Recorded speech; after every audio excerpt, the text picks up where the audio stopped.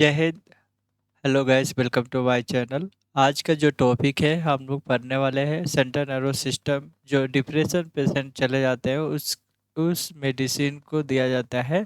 Depression patient को वो कौन सा मेडिसिन दिया जाता है इसके बारे में हम लोग बात करने वाले हैं। ठीक है। तो जैसे सेंट्रल नर्वस सिस्टम में बताया जाता है कि नर्वस सिस्टम के प्रॉब्लम को वजह से मेडिसिन दिया जाता है। जैसे मान लीजिए कोई चिंता हो, कोई स्लीपिंग ना हो, और कई चीज़ें की प्रॉब्लम होती है जिसकी वजह से दिया जाता है।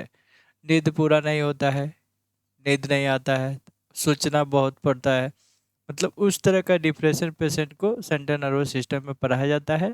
ठीक है। तो हम आप लोग बता दूं, जो सेंट्रल नर्वस सिस्टम है बहुत अच्छा टॉपिक है, जिसे आप लोग पढ़ लेंगे तो पता चल जाएगा कि किस लिए डिप्रेशन में पेशेंट किस लिए जाते हैं और किस कारण जाते हैं और उसके लिए कौन सा मेडिसिन दिया जाता है। तो आज हम लोग बात करने वाले हैं कि एटीजोलाम। एटीजोल जो होता है ब्रांड नेम होता है। एटीजोलाम एक कंपोजिशन नेम और कंटेंट भी बोला जाता है।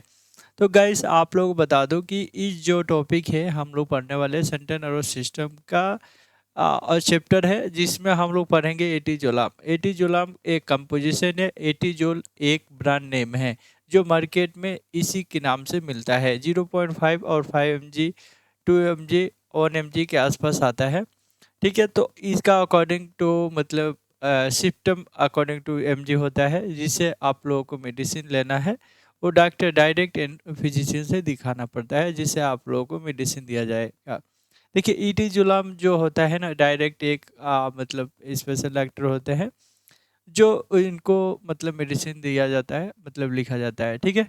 तो गैस आज का जो टॉपिक है इसी के बारे में हम लोग बात करने वाले हैं। तो आज आप लोग पता होगा एटीजुलाम किस लिए दिया जाता है। ये नार्कोटिक मेडिसिन भी कहा जाता है, लोकल एनेस्थीसिया भी कहा जाता है। ठीक है।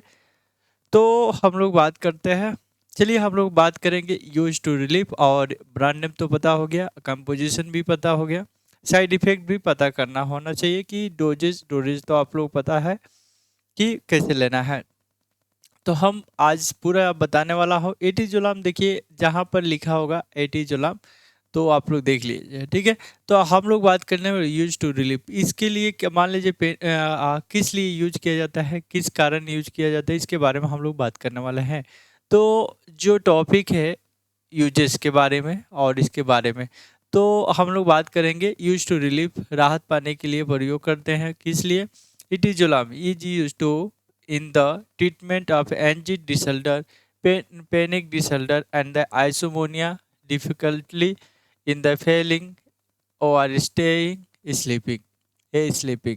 तो इस तरह का जब प्रॉब्लम होता है तो दिया जाता है। Anxiety is the mental health disorder associate with the fear, worry and nervousness insomnia in the disorder of sleep that cause difficulty in the falling asleep or style।